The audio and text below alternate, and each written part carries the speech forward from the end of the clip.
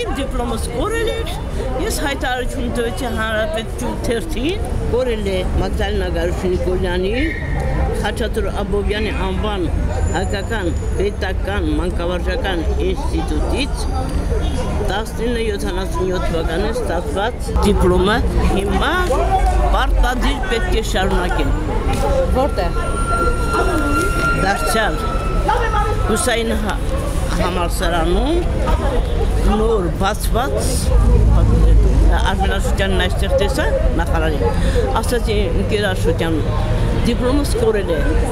բայց դիմումը գրեցի, նամակը գրեցի, ուղարկել էր արխիվ, այդպես գործը ընթացքի մեջ ընկավ ու գնաց։ Հետո ես նորից դիմեցի, չէ, ըստեղ որ տեսա, հրապարակում ասացի, ես ուզում եմ սովորել, որտեղ, ուղղակի հենց այնպես, որտեղ միջազգային հարաբերություններ Մոսկվայում ես գնացել էի, երբ այստեղ երրորդ կուրս էի փոխադրվել, ասացին երկրորդ կուրս կնստեց, երկրորդը։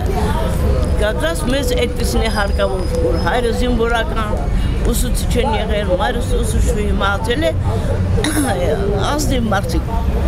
Բայց եկա փոշմանեց, ոչ թե փոշմանեցի, մայրս թե մենք կմեռնենք, ես կմեռնեմ, տատդ կմեռնեմ, մեզ չես տեսնի, որ տեսա ինչ ստացվեց, տունս կորավ, տեղս կորավ, մենք որ տղայից հետ թափռական ընկանք, վարձով ընկավ, 100,000, 35,000 թոշակով, 100,000 ծանբար։ Արմեն Աշոտյանը հեռուստատեսությամբ հայտարարեց 80 տարեկան տատիկը թանգարանում է սովորել, շատ գովելի է, ես կհովանավորեմ եւ այլն։ Ոչ թե միայն նա, աշխարհը պետք է հովանավորի դարձվի։ Վերջապես պետք է շտկվենք, թե ոչ։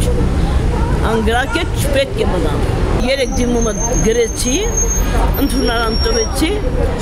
ռեկտորը պիտի մակագրի դիպլոմս տամ, որպեսզի պատճեն հանեմ եւ տանեմ այդ նոր ֆակուլտետը ընդունեմ։ Ես պաշտոն չեմ ուզում, բայց պետք է պարտադրեմ, որ ես բոլորը նախագահ են ուզում, բայց քարտուղար չկա, պատրվել է բոլորի դիմակը։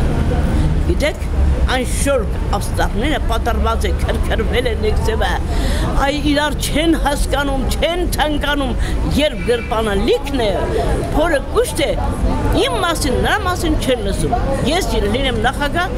մեկ տարվա ընթացքում ռելսերի վրա կդնեմ։ Դա ոչ թե